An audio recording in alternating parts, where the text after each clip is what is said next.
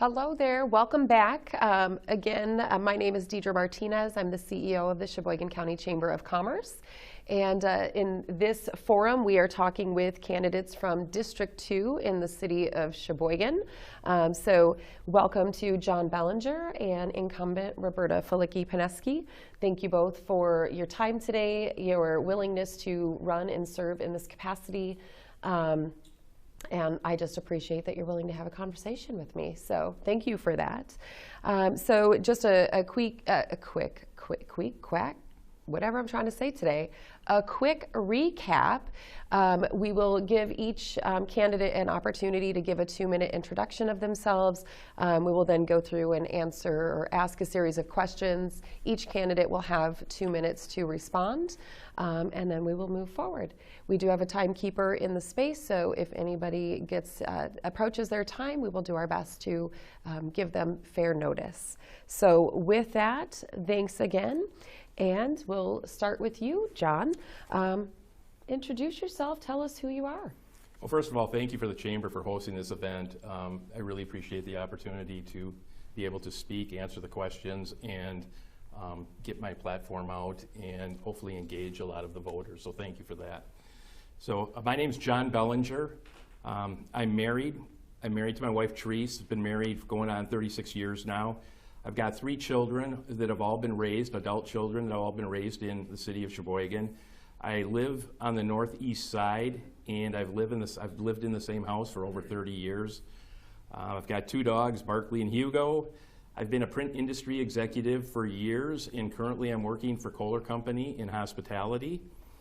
My experience, I've got a Bachelor of Arts degree from the University of Wisconsin-Eau Claire in political science and history. I was an alderman previously for the city of Sheboygan for 2012 and 2018. I was chairman of the Public Works Committee, chairman of the Building Use Committee. I was on the Law and Licensing Committee. I was a member of the Plan Commission, and I was a participant in the Police Academy. So I've done this before. During my previous tenure, the council enjoyed tremendous economic development, as well as reducing the city debt from $68 million to $26 million. Problems can be solved in a fiscally responsible manner, and I'm eager to serve you and provide stability to Sheboygan and to lead the city forward. Thank you. Thank you, John. Roberta, please tell us about you. Thank you. My name is Roberta Filicky-Peneski. I'm the current alderperson in District 2. I was appointed in July of 2020 to fill a vacant seat. I was elected in April of 2021 and re-elected in April of 2022. I bring my experience in finance as well as communication skills to my position. I retired after 20 years of being a financial advisor with Robert W. Baird & Company. And prior to that, I owned Community Relations Consulting, a PR and marketing firm here in town. I hold a master's degree from UW Green Bay. And my husband, Tom, and I have lived here for 50 years. He was a professor at UW Sheboygan, and our children, Ellen and Mark, attended schools here, graduating from North High School. I'm standing for re-election because I see a bright future for our city, and I want to be part of that growth. As the city grows and adapts to the fast pace of change, it's important to reaffirm the values that make our community unique. A robust and supportive business and manufacturing climate, a beautiful lakefront and riverfront, unique resources like Mead Library and Uptown Social, and citizen support for the many nonprofit and religious resources that contribute to our quality of life. For the constituents in District 2, I will continue to work with Advocate Aurora to assure that the former Memorial Hospital site is, as the contract says, developed in a manner consistent with the surrounding neighborhood. I've chaired the Redevelopment Authority. I've worked hard as the Vice Chair of Finance, and I also would, because of my background, appreciate having a full-time communications person instead of a part-time communications person. Thank you. Thank you, Roberta. And so we'll start with you, Roberta. Okay. Why you? What made you decide to run for office your first round? Why are you still here doing it? And what makes you the most qualified person? Okay. I touched on some of my qualifications before. My experiences with my previous professions, both communications and finance, give me that background. I have been able to parlay that in addition to previous background doing emergency medical services planning in northeastern Wisconsin, and I do serve on the EMS Council for the county. I have all of those skill sets. I currently am on the Redevelopment Authority, and I have served under 5 mayors on that commission.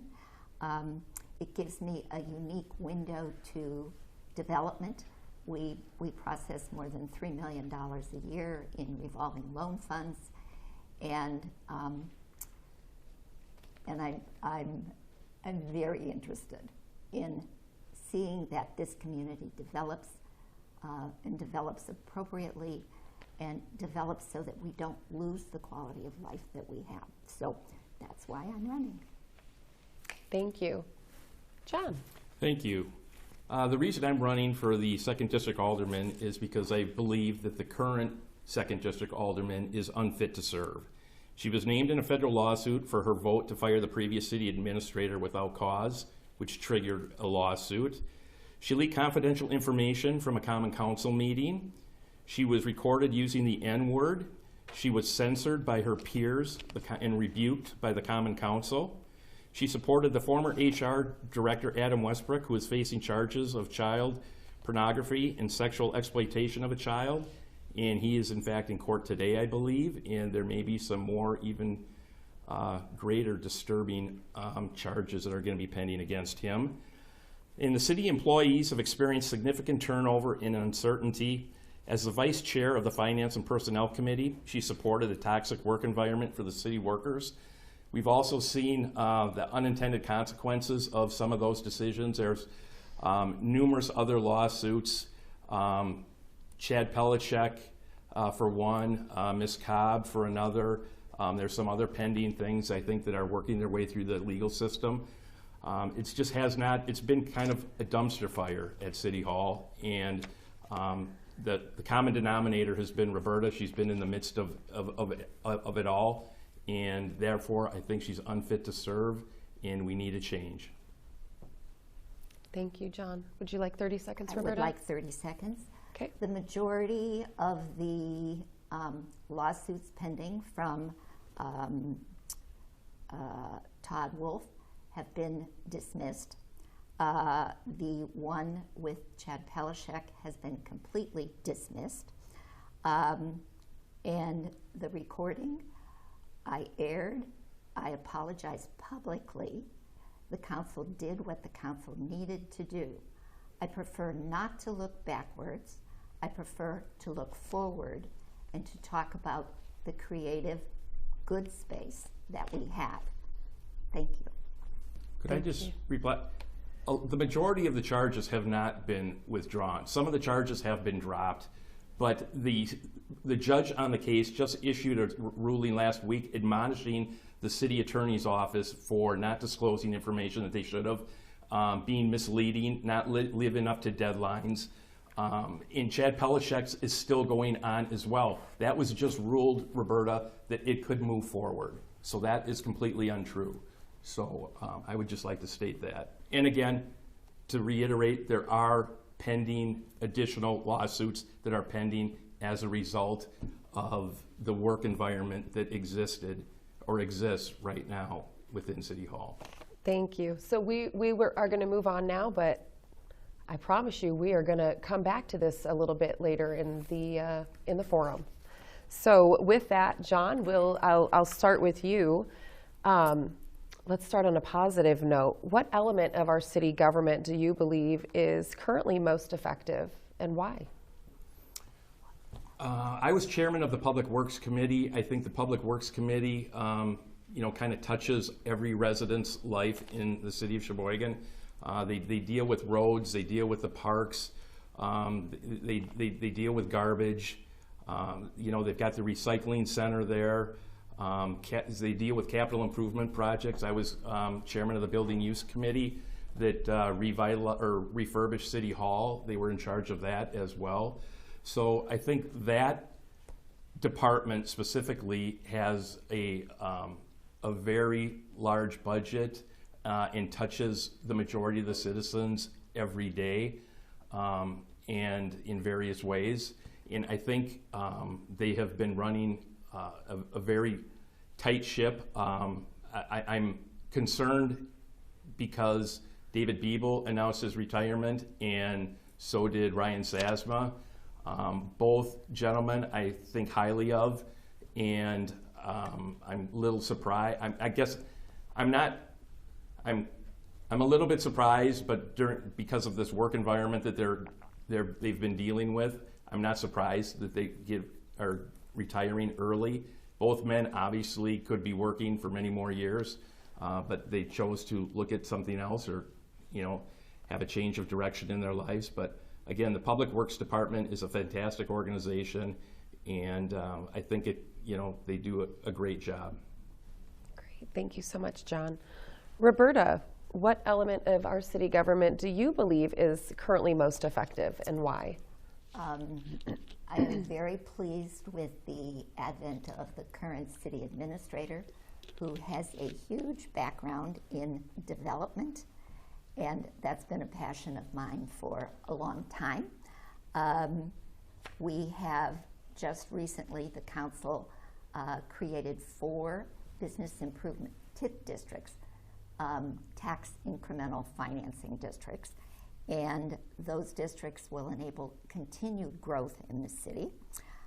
We also have moved forward dramatically with housing, and we've got approximately 175 to 200 units coming online shortly, probably by the end of summer, and there are more projects in the works. A couple of them have been through council already, and a couple of them are still closed session items.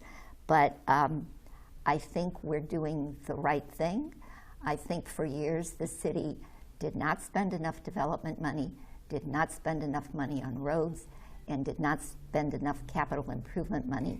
And we have been playing catch up, and luckily we are moving forward with the catch up, and it's getting pretty exciting. Great, thank you.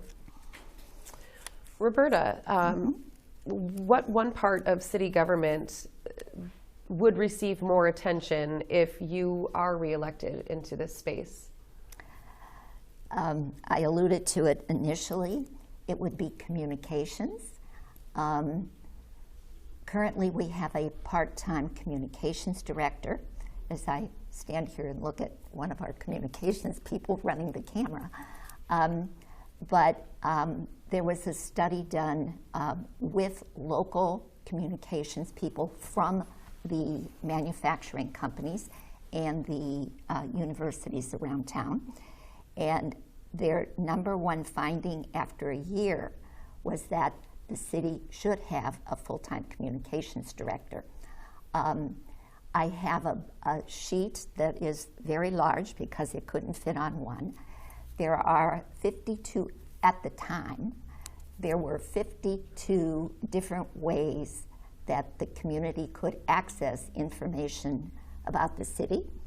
And I think we need to focus, we need to have a common voice, we need to have a common thread, we need to have basically a common logo, and our citizens deserve to be able to have a straightforward path to contact the people in the city. So I introduced the legislation in my first term, actually, and it has not been in the budget. It partially it gets there and partially. So I am hoping to push that forward in the coming year, and see that part-time position move to a full-time position. Thank you, Roberta. John, if elected into this position, what is one part of city government that would receive more attention? I think without a doubt it needs to be city development. We've got this book here with all the development sites available within the city. It's nice pictures, it's a nice brochure, but there's no plan. I mean, there's a little narrative on the front page. There's no plan on what to do. I have heard good things about the new city administrator. I have not met him yet, so I do not want to say anything negative about him. He's getting his feet underneath him at this point in time. The number one issue for the 2nd District is going to be the Aurora Memorial site. So what are they going to do with that? I disagree with Roberta that we should not allow Aurora and the city to decide what's going to go on there. That site, I strongly, strongly believe that it's the Memorial Neighborhood and the Memorial Neighborhood Association should have the final say on what is going to be put in their neighborhood. I feel very strongly about that. I've met with the Neighborhood Association. I've made them aware of that.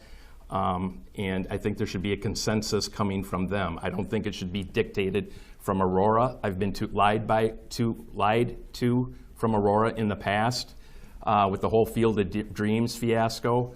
And then, the city certainly does not have the best interests of the neighborhood in mind. They're going to do what is in the best interest of them.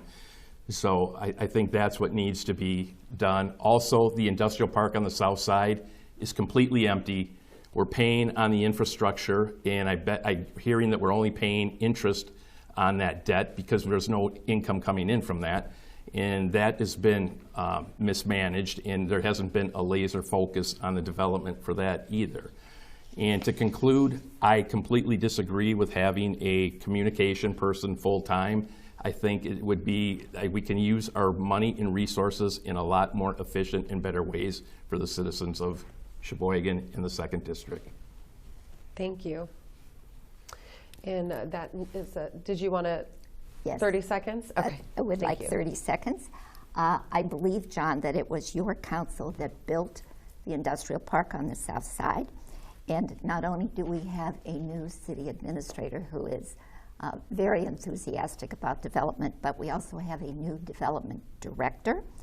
And I see very good things moving forward. As I've been in the development meetings, there are plans and they are underway.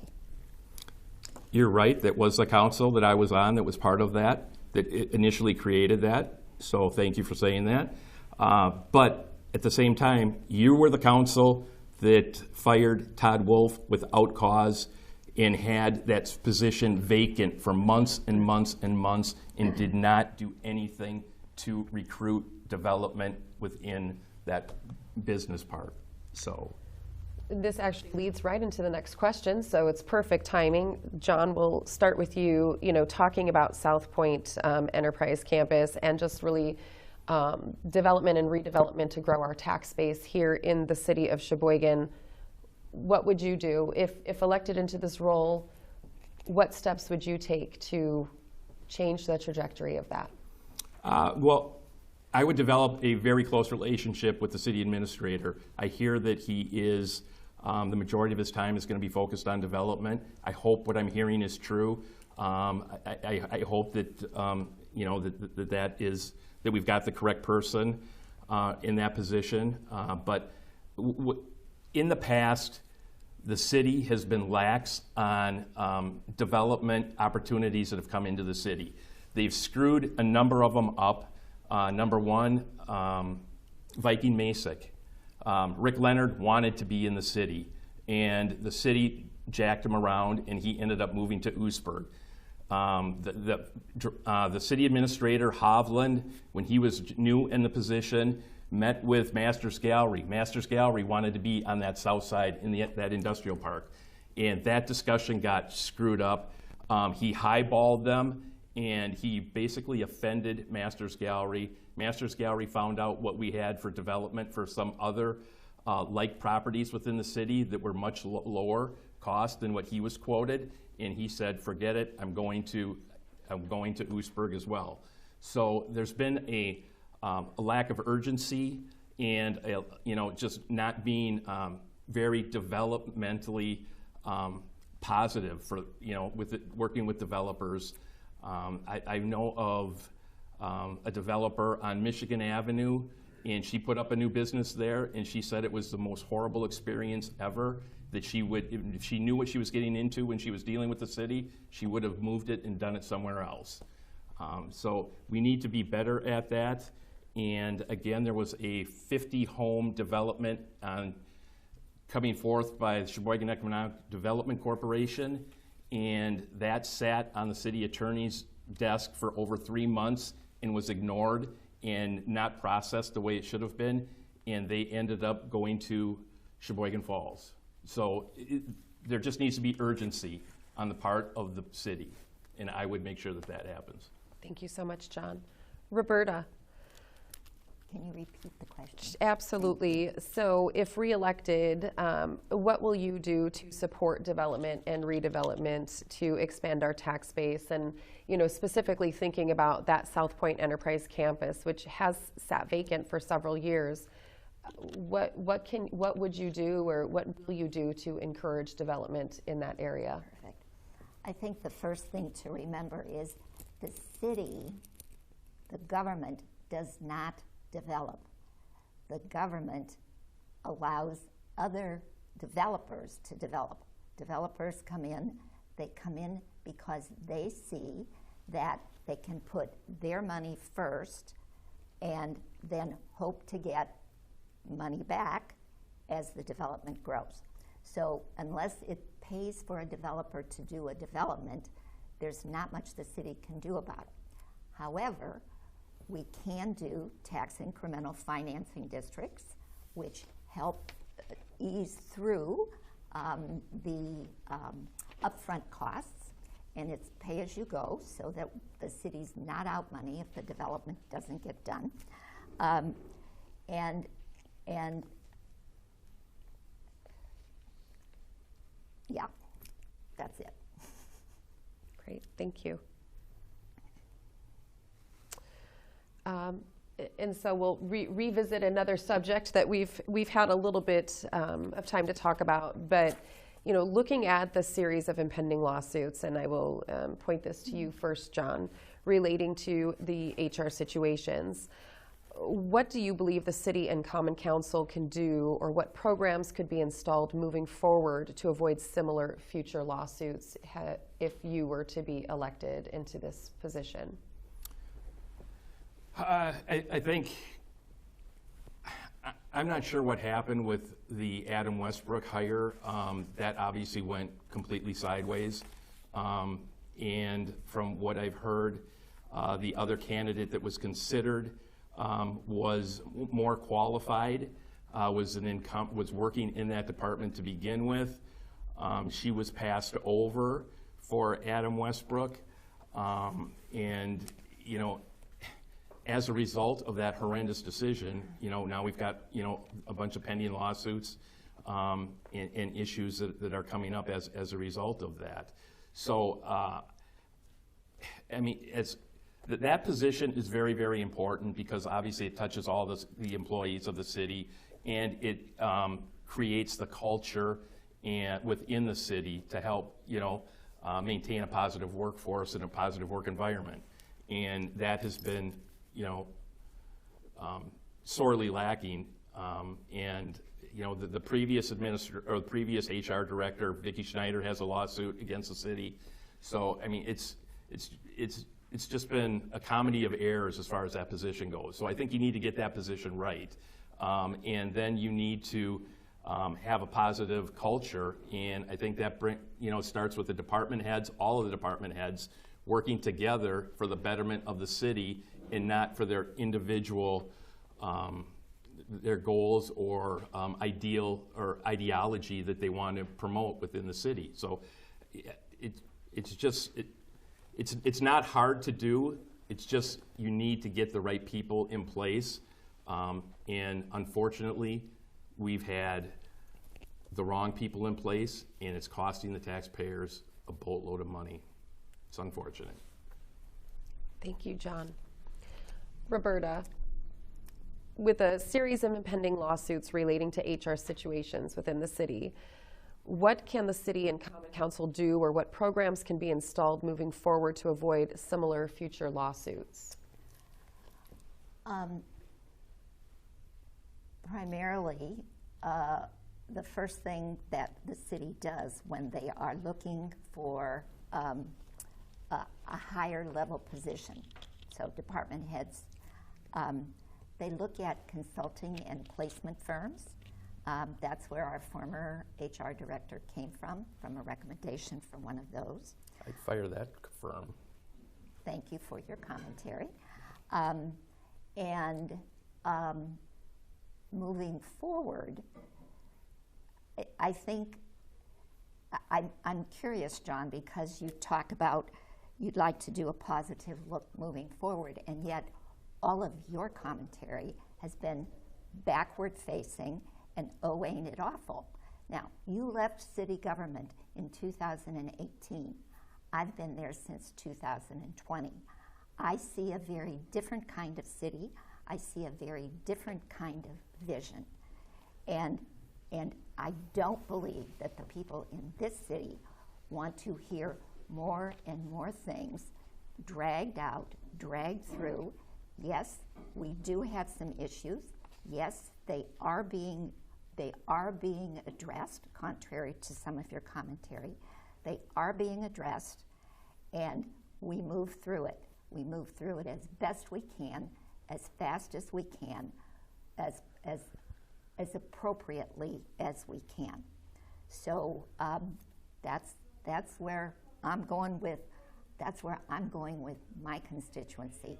Forward moving, positive. We have growth happening, and we don't need to keep revisiting history. I'd like to rebut, please. 30 seconds. The reason that I'm looking at your record specifically, Roberta, is that it's been a dumpster fire during your tenure.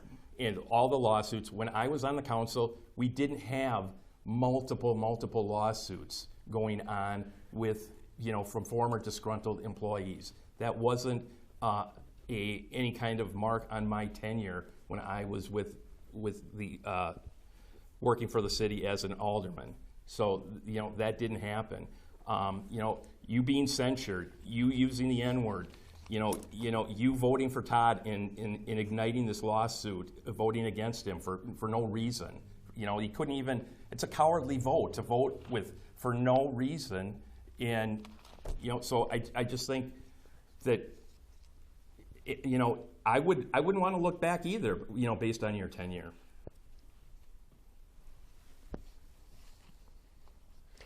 And I think this is a perfect time for a little bit of a follow-up question. In leadership positions in public office, there are often times where we are faced with making decisions that maybe we have limited access to. So, specifically in this situation, talking about HR, if somebody doesn't have an HR background, I'm only using that as an example because that's what we've been discussing. But, Roberta, can you walk us through how do you go about making decisions on topics that you might be less familiar with? First and foremost, we are elected officials bring their skill sets to their job. So we rely upon the skill sets of the department heads to know their slice in depth. So I've spent countless times on the phone with a department head asking for clarification about something I read. I also look to my colleagues who are on subcommittees, on the committees, and they are the ones who, one, know the department head well because they're in meetings with them constantly, and they are able to give more detailed information. So when those votes come to the council floor, I look to the recommendation of the committee and the colleagues on the committee because they have been talking to the department heads who have the data, who have researched the situation. Now, The global part is, do we have enough money? That's part of our budgeting. Do we have enough money? Is it appropriate timing? Thank you, Roberta. John? Could you restate the question again, please? Sure, absolutely. In leadership positions, especially in public office, there are times that we are expected to make decisions with limited information available to us. Can you tell us how you go about making decisions on topics that you might be a little less familiar with? I do not make decisions that I haven't fully researched on. So anything that comes up before the council, if there was an issue where I had limited visibility on an issue, I would go and find out as much as I can and do the research. Contrary to what Roberta said, I would not rely on department heads. I would use them as a resource. But the number one, resource that I'm going to use are my constituents. So I would rely on them to tell me, what they think, whether it's winter parking rules or the development of the Aurora Memorial Site or whatever. I think those are local, and I should get input from my constituents, and that's where I'm going to draw the most background from when making a decision. But I will never vote on anything that I have not fully researched and gotten the best information I can from. So I think you're doing your constituents a disservice if you do that. So I would never do that. Thank you, John. Would you like 30 seconds, Roberta? I will take 15. Okay. Each council has between 20 and 50 documents in it, and we meet twice a month. So that's between 50 and 100 documents. You cannot possibly research in depth 100 issues, so you have to rely upon people who are skilled, and that's what I do. I've been a former alderman. I've done it. I know what's involved. It can be done. All right, we're going to switch gears just a little bit here. Let's go back to talking about the city as a whole rather than city government specifically. John, what amenities do you believe that the city is currently missing, and how would you work towards bringing them to the city?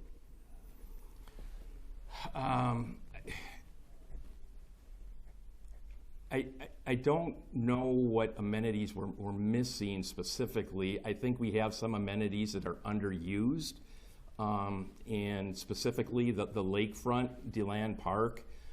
When I was on the council, they did the German beer garden over at Kiwanis Park, and I was against that mainly for that location. I wanted that location to be in DeLand Park and to be the draw. The lake is the draw. I mean, that's what everybody enjoys here most, especially in the summer months when you're going to have a beer garden. So I wanted it there. I voiced my opposition to that location. The mayor at that time said, well, it's going to be a German beer garden. Our sister city, Esslingen, there's no ocean or big body of water like the Great Lake in Germany. And I thought that was one of the most ridiculous comments I ever heard. And I'm like, who cares? Make it a tiki bar. It does not need to be a beer garden. Use the assets that you have. I would keep the lawn and the grass. I would keep that immaculate. It would be green. It would have kids on it all the time playing. It would have events. We used to have Coho Derby there. We used to have a lot more events down there. And I think it's underutilized, and it's a tremendous asset. Thank you, John. Roberta, what amenities do you believe the city is missing, and how can we work towards bringing them to the city? One of them is right downtown, and it is a parklet, which is a closed-off street between two fully growing and going businesses. That's one, and we can do more for outdoor amenities. We've had boat races. The boat races brought 40 boats into town. They will have 75 boats this summer, it will be returning. The city has been recognized for doing that. The marina, most people don't know, but the marina is a public building, and they have had several bars at the top of that building. In the last group I was in, I asked show of hands, whoever had a drink in that bar or ate food in that bar, and there were not many hands. So people don't know that that's the city's building and that's a public space for them. And I think just being conscious of bringing in the youth and giving them some place to go and some place to hang out, basically, we'll move it on. It will be self-generating. Thank you. And Roberta, a follow-up to something you just mentioned too, there have been some recent changes to the management of the Harbor Center Marina, which, as you stated, is owned by the city of Sheboygan. It closed the pool area, restaurant, bar, and a store in that building. So what do you believe is the next best course of action to revitalize that area, and how can the city better activate and enhance our waterfront? Perfect. The city has hired a consultant who is skilled with marinas. The first question I asked was, I hope this person isn't in California or Florida because we have ice. And this consulting firm needs to know about ice. They are from Michigan, so they know about ice. They are going to do a thorough study. They will interview stakeholders. They will interview the boaters. They will interview people in the district. They will interview people in government. And we will have a plan that is developed with that marina. Thank you. John. Thank you. The marina has been mismanaged for years and years and years. When I was on the council, we spent $800,000 for new piers due to ice damage. Then they ended up spending like close to another $1 million for aerators to prevent the ice when they did a study of the water flow and the current in the marina. And then apparently the current or the former manager of the marina decided not to use them when they probably should have and incurred more damage to the piers. We've re-sided, put new windows in that building, the marina building, because it was originally constructed not as it should have been, being right on the water like that.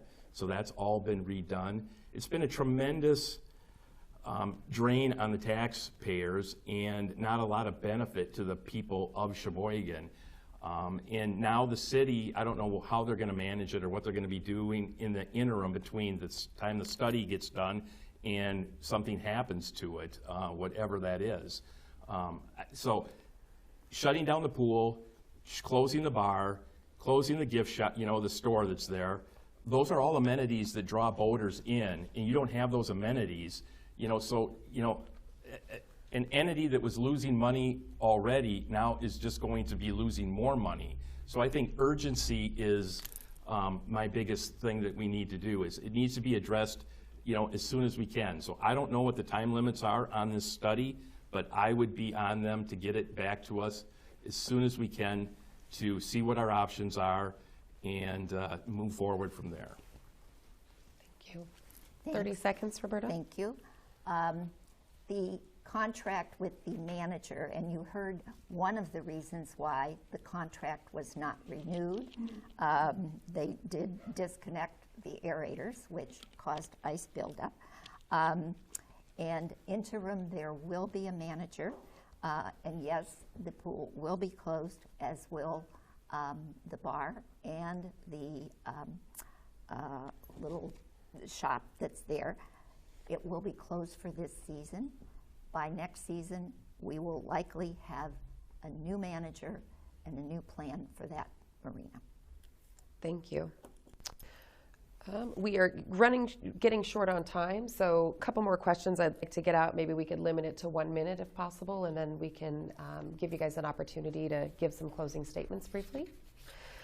So, John, I will start with you on this one. We are facing a housing crisis. We've spent some time talking about that today.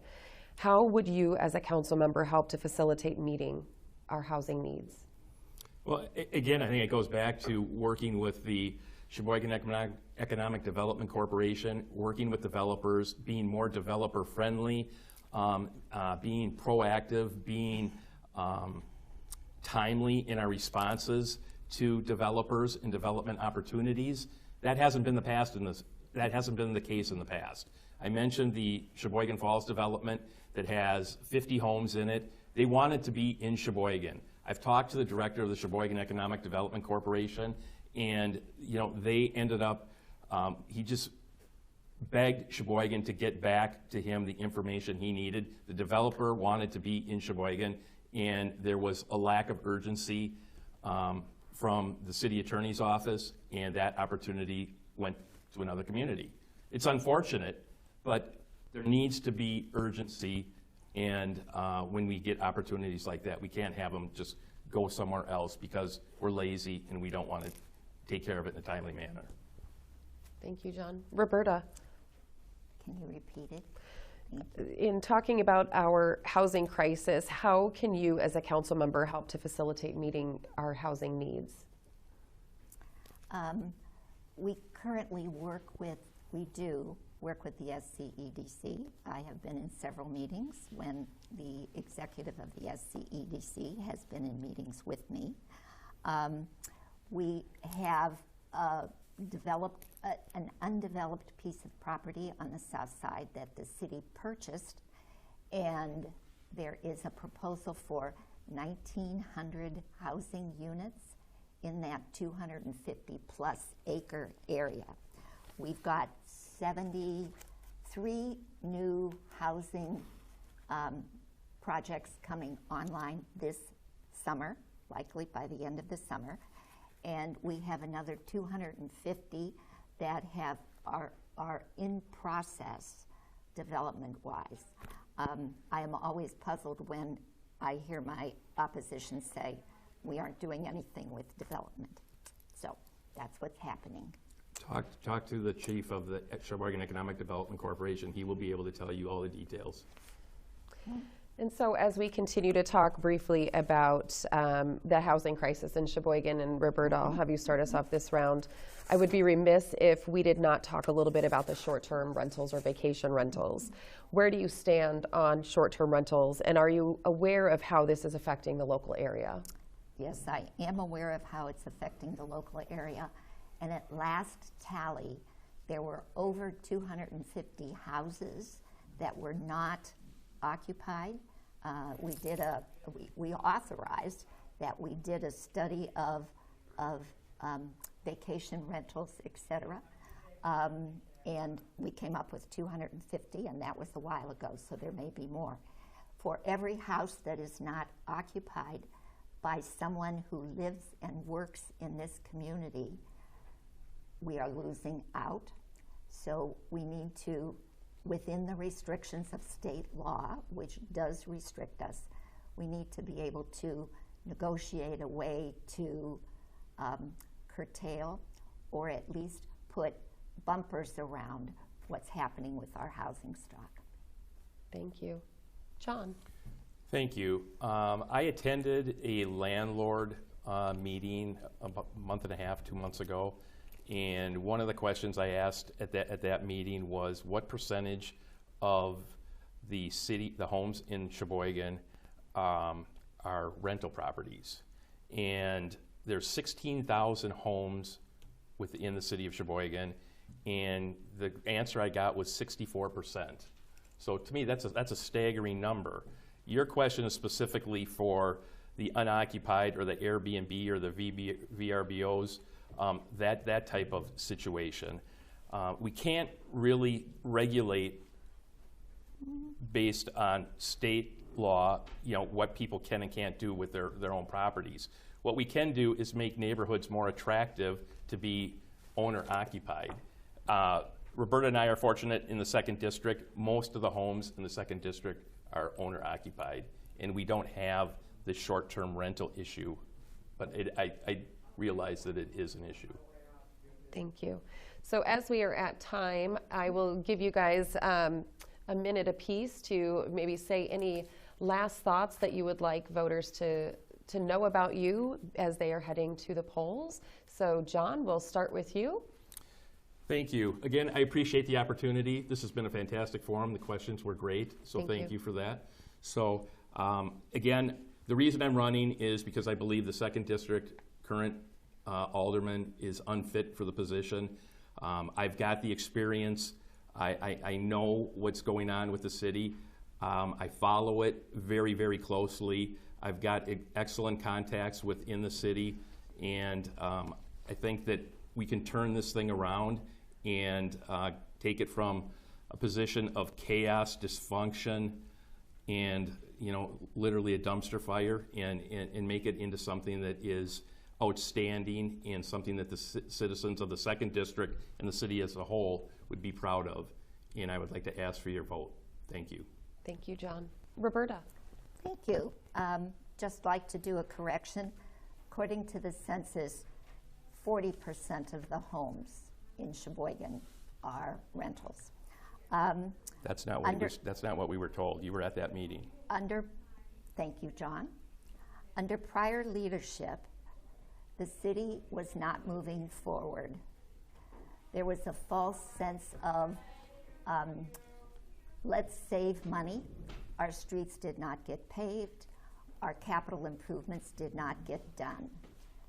This government, this council, this leadership is moving forward and taking those things that have not been done historically and moving them right straight.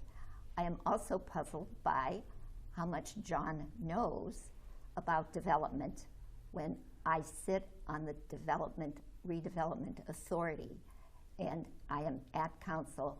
I also sit on the tax incremental financing district. I know a lot about development, and we've got a lot going on. So I encourage you to look forward, to be enthusiastic about our city, to move forward and appreciate all of the quality of life that we enjoy. And for those in the 2nd District, I ask for your continued support and your vote on April 2nd. Thank you so much. So thank you all. I know we've gone over a few minutes. Thank you, John. Thank you, Roberta, for the candid conversation. And again, for your willingness to serve in this capacity. We are going to take just a few minutes break, and then we will return with our District 10 candidates. So stay tuned. Thank you.